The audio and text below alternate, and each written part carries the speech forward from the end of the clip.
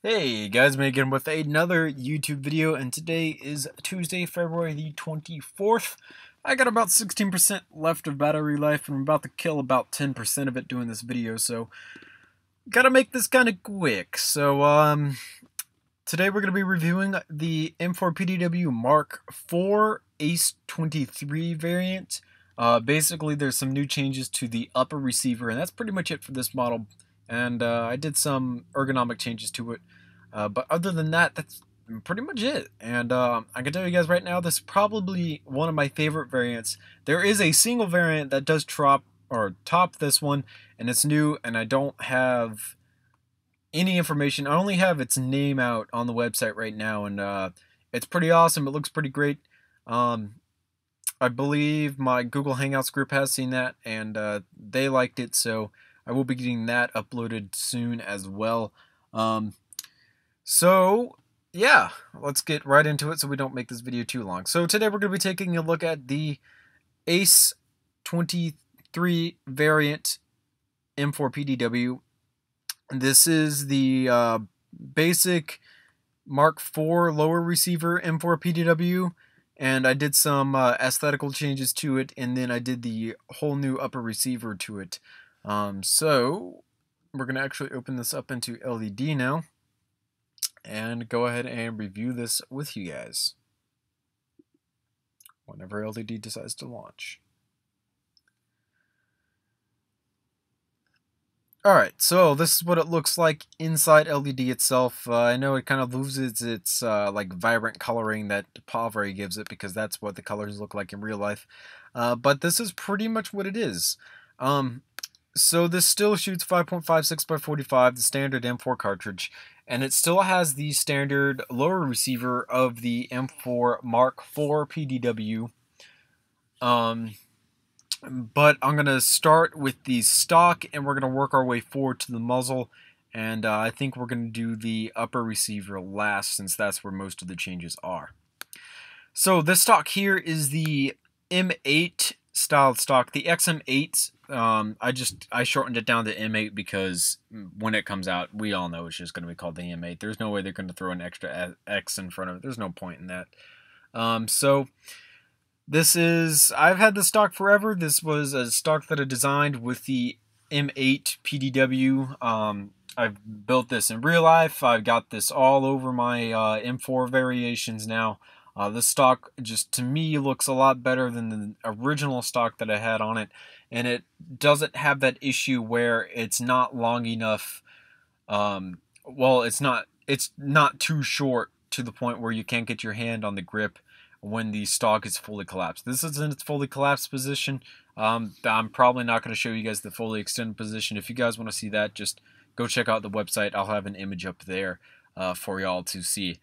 But this is basically one of the more ergonomic grips that I've ever, or ergonomic stocks that I've ever done. As you can see, it's got the curve here. It's got some shaping going on here. It has the curve up on top of this cheek rest. A more ergonomic stock that I built of this variant has an actual cheek rest on it that kind of like sits up here. So you'll see that on the Blue Jay Industries M4 PDW Mark IV EDW variant. That's on the website right now. There's no video of it just yet. Oh, yeah, I don't think there is. I'll check and I'll upload it and I'll get back to you guys on that, but I have no idea. But as of right now, basically all you need to do to adjust this stock is pull this pin here and then adjust it to whatever length you want and then push the pin back in.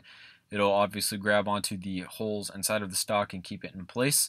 If you would like to exchange this stock with something more your style, all you gotta do is pull this pin here out and then your entire stock itself will grab out. And as you can see, there's different positions inside the stock itself. So if for some reason you had like super duper long arms, you could adjust it out to this length, which is really long, and then adjust it even more, which looks horrible. It's really meant to sit flush up against the receiver like this, but if you actually absolutely need the extra length, you can do that. So like I said, this lower receiver is nothing special. It's nothing new. It's the basic M4 PDW Mark IV lower receiver that I've used on all of the Mark IV variants, aside from one variant that, again, I haven't released yet to the public.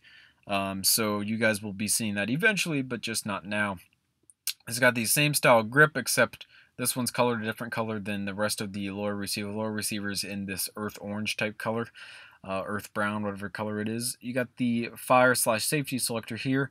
As of right now, it's kind of on full auto. I don't really know why, but it should be in safe.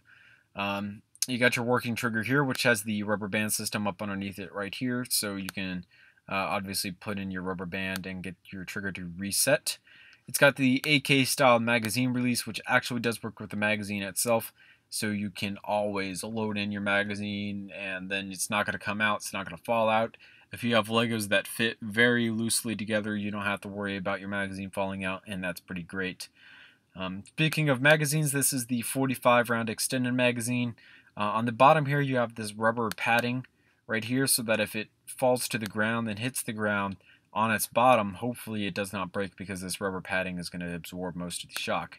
It's got these brown ridges going up it all the way. So that's so if you're wearing really thick gloves in Arctic warfare, you can just grab this magazine. It's going to stick, obviously.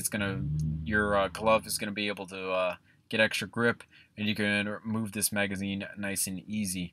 That is also why this magazine release is extended out just a little bit, so that you can get your thumb up in there. And that's also why this trigger guard is as big as it is. This little jet out here is for the rubber band of this piece, obviously. So like I said, upper receiver safe for last. This is your ergonomic style foregrip, otherwise known as a Peacekeeper foregrip, because Peacekeeper foregrips are one of my favorite foregrips. They look super awesome, and they especially look super awesome with the split up here in the front. And on the Varaiant M-4 PDW that you guys have not seen yet, I've been hyping up this entire video. It looks really great too, because it's got this whole two-tone color going on. It's got the light color, and then like the darker color, and then some more shades and whatnot going on here. But basic foregrip, you guys have seen it ever. It's attached to the lower rail mount here. Speaking of rail mounts, there's two on each side, nothing attached there. And then there's an upper rail mount with the front folding iron sights on this one as well. It's got the standard barrel going down the middle of it. So this one's got the kind of like the bigger inner barrel on it, and then the shorter outer barrel out here. I really like this design. This is looking really good. And like I said, this just shoots normal 5.56 by 45, so it's got nothing really special that it needs to have or anything like that. Up here on top of our rail system going down the top of the upper receiver, we have an Allen's custom Lego red dot sight. This is probably one of my favorite red dot sights that I've ever seen. This is the most realistic looking one. This is definitely one of the better red dot sights that I've ever seen. If you guys want to build your own red dot sight, in fact this is very same red dot sight, don't be afraid to check out Alan's custom Lego channel. He does really realistic Lego guns, blow mine out of the water. He's a great guy from Canada, pretty amazing. So if you want to build your own, don't be afraid to check out his channel. He's got the instructions on it basically all ready for anyone who wants to build it. You can also see the the rear folding iron sight with the kind of like red targeting dot, so that if you highlight an enemy, like it pops up with red, but if you highlight a friendly, it pops up with blue, so you don't have to worry about friendly fire as much as you would with standard iron sights or things like that.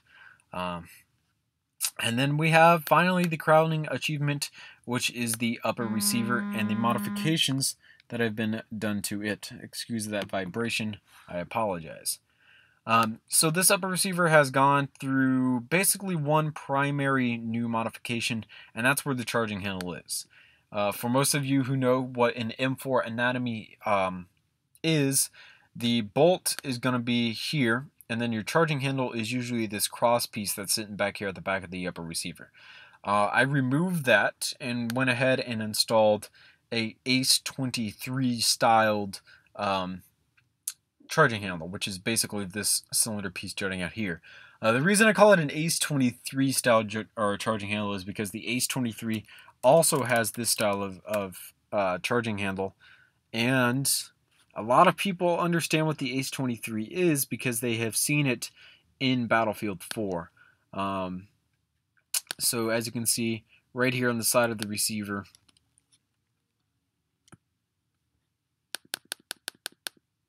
is the charging handle right there.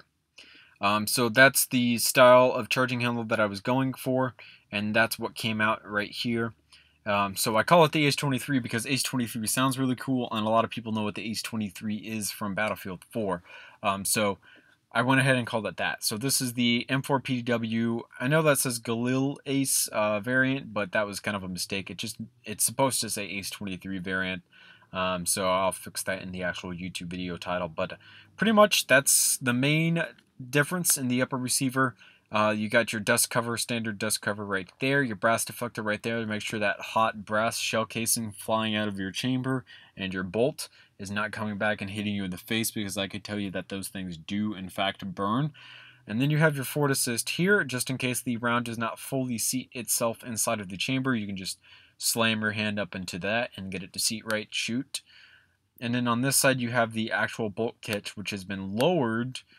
This usually is 3 studs, and that 3 studs high, but to clear the bolt itself, I made it a whole 2 studs instead of the normal 3. And that's pretty much it for this MOC. So this is the M4 PDW Galil Ace variant, which is improper. It needs to be the M4 PDW ACE-23 variant.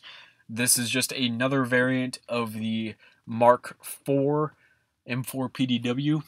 Pretty simple. It's from Blue Jay Industries out of Antarctica, and this will definitely be uploaded to the website soon. So guys, be looking out for that, and I'll see you guys in another YouTube video sometime later. And I think I only use like 6% of my battery, so that's a good thing.